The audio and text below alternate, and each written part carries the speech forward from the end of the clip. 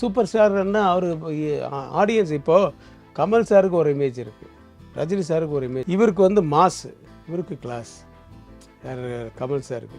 So அந்த இமேஜை mind வச்சு தான் நம்ம சீன் பண்ணுவோம். சீன் பண்ணும்போதே டேய் இதெல்லாம் ரஜினி சாருக்கு பண்ணுற மாதிரி இருக்குது, கமல் சார் இருக்குன்னா வேறு மாதிரி தான்டா இருக்கணும், அவருக்கு இன்னும் கொஞ்சம் இன்டென்ஸாக இருக்கணும், அந்த கதையில் சொல்கிறது, அதை ஃபீல் பண்ணுறது, அதெல்லாம் இவரது வந்து அப்படி திரும்பி பார்த்து அப்படின்ட்டு போனாருன்னா முடிக்கணும், அந்த மாதிரி ஸ்டைலில் ஃபிலிம் பண்ணணும் அப்படின்ட்டு ஆடியன்ஸை மைண்டில் வச்சுக்கிட்டு நாங்கள் பண்ணுறோம், அவ்வளோதான்.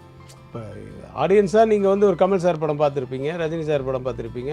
அப்போயே கூட நான் பிரபு, கார்த்திக் எல்லாருமே பிஸியாக இருந்தேன் ஆர்டிஸ்ட்டு.